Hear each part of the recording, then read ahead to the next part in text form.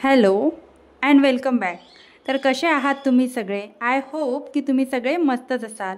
चला तर मग आजच्या व्हिडिओला सुरुवात करूया. आणि व्हिडिओला सुरुवात करण्याच्या आधी तुम्ही जर चॅनलवर नवीन असाल किंवा चॅनलला अजून तुम्ही सबस्क्राईब केलं नसेल तर चॅनलला तुम्ही सबस्क्राईब करा आणि बाजूला दिलेली बेल आयकॉनसुद्धा प्रेस करा, ज्याच्यामुळे तुम्हाला मी जेव्हा पण व्हिडिओ अपलोड करेल तर तुम्हाला नोटिफिकेशन मिळेल. तर घर म्हटलं की पसारा हा होतोच आणि पसारा आवरला नाही तर ते घर घर वाटत नाही आणि घरात प्रसन्न पण वाटत नाही. तर आपण रोजच थोडासा वेळ काढून का होईना आपलं घर व्यवस्थित ठेवण्याचा प्रयत्न करत असतो. आणि डेली रुटीनमध्ये आपण आपल्याला बरेचसे कामं असतात, मुलांचे, मिस्टरांचं ऑफिसची घाई असते सकाळी, तर असे बरेचशी घाई असते आणि सकाळच्या वेळेला बरेचसे आपले कामं होत नाही.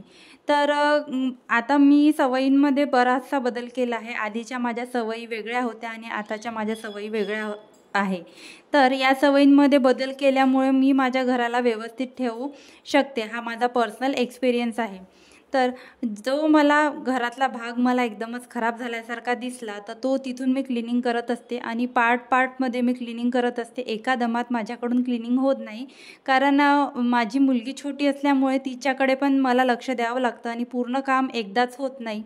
तर मी काय केलं, ही माझी बास्केटच्या खाली जे मी कवर टाकलं आहे, तर एक्स्ट्राचं माझ्याकडे पायपूस होतं, त्याचं काहीच यूज नव्हता, तर ते मी तिथे त्या पाटावर ठेवलं आणि ती रॅक तिथे ठेवली. त्याच्यामध्ये मी माझे कपडे ठेवत असते, जे काही डेली यूजसाठी कपडे लागतात ते मी त्या रॅकमध्ये ठेवत असते. तर या रॅकमध्ये आता काय होते, जे काही दिसलं ना ते त्या रॅकमध्ये आणून ठेवल्या जातं आणि बराचसा याच्यावर पसारा होतो आणि धूळ वगैरे पण बसल्या जाते. तर म्हटलं आज मी आता ते जे कव्हर धुतलंच होतं, जे काही मी पायपुसणं टाकते ते धुतलंच होतं, तर रॅक पूर्ण आपण रिकामी करूया आणि बिनाकामाचे जे काही कपडे आहे ते ठेवून देऊया कबर्डमध्ये, एक्स्ट्राचे कपडे वर असेल ते.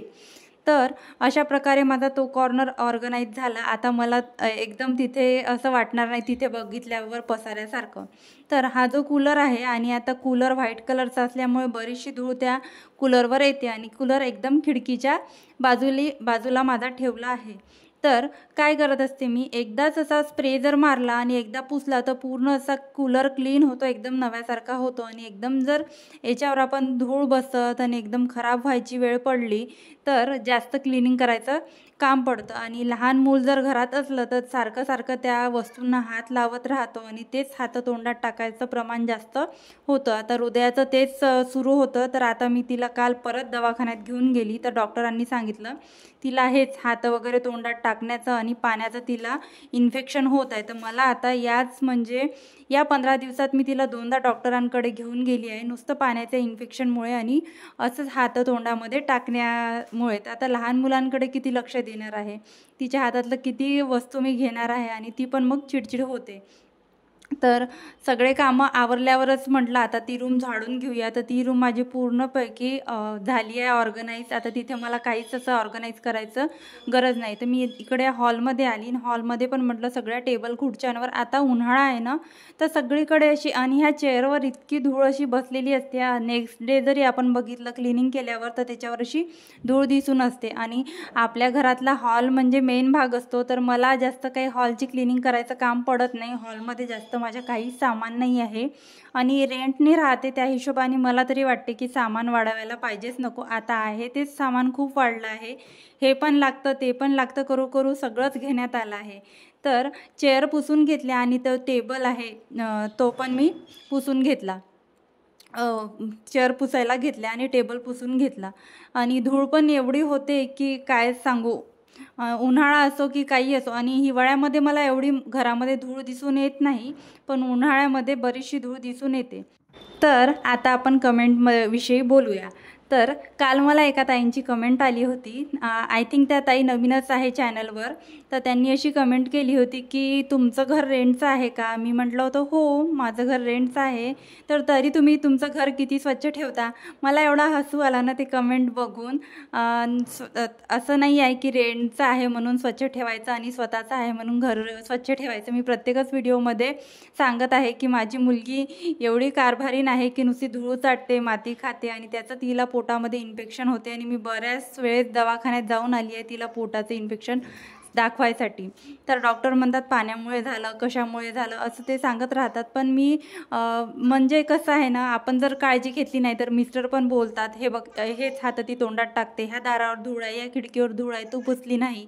तर त्यापेक्षा मी आता माझं रुटीनच चेंज करून घेतला आहे, सगळं व्यवस्थित ठेवायचं, आपल्यावर बोलणे यायला नको.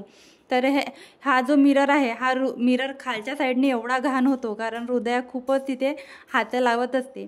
हॉलची पण क्लिनिंग झाली, बेडरूमची पण सगळी केली, मिररच एक राहिला होता, म्हटलं तोच कशाला ठेवूया, तो पण एकदा क्लीन करून घेतला.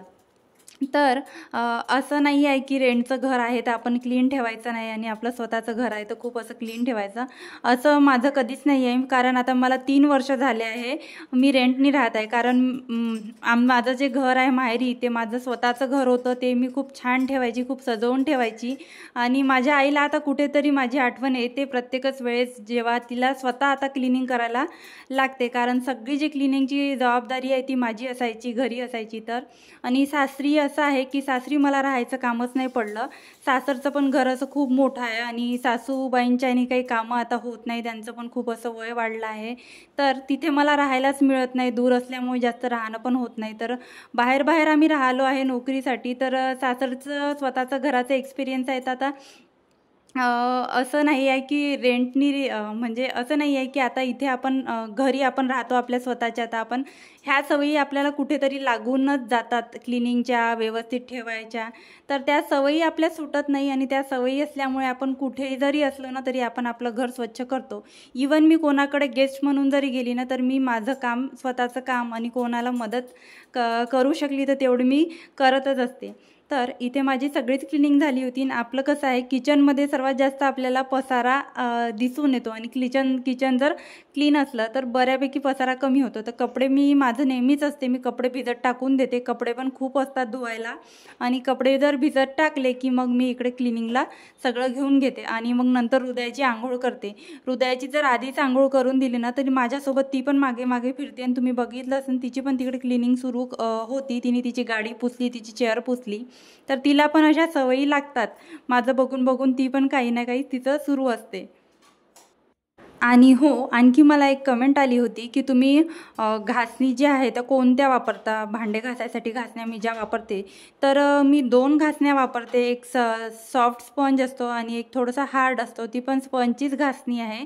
तर अशा 2 घासण्या मी माझ्या किचनमध्ये वापरत असते आणि जास्त हार्ड स्क्रब मला वापरायची गरज पडत नाही. तर त्या माझ्या गालाच्या घासण्या असतात, खूप छान क्वालिटी आहे आणि खूप छान घासण्या आहे. तर आपल्या घरात जर फ्रीज आहे आणि फ्रीज जर एखादी कप्पा खूपच खराब झाला आहे, भाजी वगैरे किंवा कुठला घाण अशीच साठली आहे, तर मी एक कप्पा नेहमी फ्रीजचा क्लीन करत असते. जेवढं मला होत असलं तेवढा मी आतमधलं पण फ्रीज क्लीन करत असते. म्हणजे खराब दिसलं तर, नाही दिसलं तर मी फ्रीज काही उघडत नाही, आतमधलं काही जास्त खराब होत नाही. तर तुम्ही जर मला कमेंट आली होती ताईची, तर म्हणून मी घासणीविषयी सांगितलं. तर तुम्हाला जर घासणी घ्यायची असेल, तुम्हाला चांगल्या घासण्या पाहिजे असेल तर तुम्ही गालाच्या घासण्या वापरू शकता.